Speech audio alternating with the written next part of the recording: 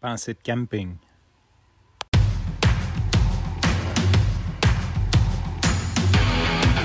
Il aime le code. Il faut que la communication soit codée, mais de façon claire et transparente. La rigidité, c'est pas pour nous. Mon nom est Francis Parent-Valquette et vous écoutez le Sandro Show. Mais le plus important, c'est qu'il est bélier. Aujourd'hui, j'enregistre l'épisode de mon téléphone. Je suis pas à la maison. Sur une espèce de semi-coup de tête hier soir, on est parti pour faire une petite expédition, ma fille et moi, au camping d'un de mes amis. Malheureusement, mon ami devait travailler et il n'est pas là, mais sa femme, ses enfants étaient là, donc on partira pas de rumeur. J'ai dormi dans une tente à côté de la roulotte, mais c'est pas ça que je voulais te partager aujourd'hui. C'est... Hier soir, je regardais ça. On était à la roulotte, tout le monde est parti se coucher. Ma fille et moi, on s'en allait vers la tente, puis je sais pas ce qu'elle faisait. Elle était en train de serrer ses affaires au boire de l'eau, puis j'étais comme un peu dans mes pensées. Puis elle me disait, tu dors-tu? Je dis, non, je suis juste bien, je regarde, je suis heureux. Puis ça m'a fait penser, quand j'étais jeune, j'en ai parlé à quelques reprises, j'ai quelqu'un que j'appelle mon oncle, qui n'est pas tout à fait un oncle, là, qui est un ami de la famille, qui a vraiment pris soin de moi quand j'étais jeune, comme mon père. Et une fois, on avait été à la roulotte de sa sœur.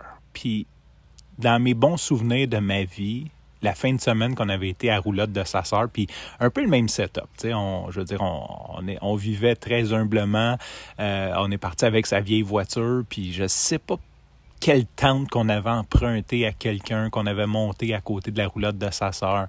On avait été faire du canot, il y avait des planches à voile. Mon oncle était parti en planche, puis moi, je m'étais accroché avec une bouée de sauvetage, un gilet de sauvetage en arrière, puis on se promenait sur le lac. Puis à un moment donné, il y avait plus de vent. Fait que j'ai comme décidé de rentrer à la nage. J'avais embarqué d'un bateau. Toute une aventure pour un petit cul de Montréal-Nord qui avait très peu sorti, outre le camping de sa grand-mère, qui était relativement boring à côté de ça. Puis, je regardais ça, puis je me disais, je suis en train de faire vivre exactement la même aventure à ma fille, dans le sens que c'est pas à nous. Autant que... tu sais, des fois, pas des regrets, mais je me dis, fuck, t'as manqué à quelque part. Tu sais, j'ai peut-être pas les moyens d'avoir ce type d'installation-là. Puis en même temps, je me suis dit, tu sais, ce que je me souviens de ma jeunesse, de cette expérience-là, c'est pas qu'on n'avait pas l'argent ou qu'on n'avait pas une roulotte. Ce que je me souviens, c'est cette fin de semaine de bonheur qu'on a passé.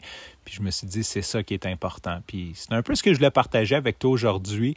Je suis un peu on the run parce que j'ai dit à ma blonde qu'on allait rentrer pour le dîner.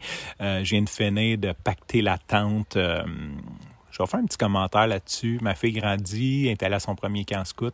Et c'était très le fun parce qu'on est parti dernière minute hier. Puis là, j'ai dit, là, j'ai besoin de ton aide. J'ai vraiment besoin que tu collabores avec moi. Et elle a tout... J'ai tout préparé le stock. Elle a préparé sa valise elle-même. OK, il n'y avait pas de vêtements dedans. Il y avait des livres d'Harry Potter, des toutous, des poupées, sa tablette. Il n'y avait juste pas de vêtements. Elle a amené son maillot. Au moins, elle a amené son maillot de bain. Bon, ça, c'est une autre histoire. En même temps, faut jamais empêcher un enfant d'apprendre. Je pense qu'elle a appris parce que ce matin, elle avait un petit peu froid. Fait qu'elle a dit, on va-tu acheter un hoodie en avant? Puis c'était fermé. Fait que j'ai dit peut-être plus tard, mais là, de toute façon, il fait chaud. On est le 3 juillet, fait qu'il fait relativement chaud. Fait que c'est ça. Je voudrais faire un shoot-out à ma fille qui a tout pacté l'auto. J'ai tout préparé le stock. Puis tu sais, il y avait des choses pesantes, là. Notre tente, c'est comme une tente familiale, là, pour fucking... Tu sais, c'est écrit pour 10 personnes, là. On s'entend que t'es 4 confortables, là. C'est 10 personnes vraiment au garde-à-vous, mais si tu veux être confortable, c'est pour la famille, mais c'est quand même une tente pesante. J'avais mis le cooler, j'avais mis des bouteilles d'eau, des jus, toutes sortes de cossins. C'était quand même pesant.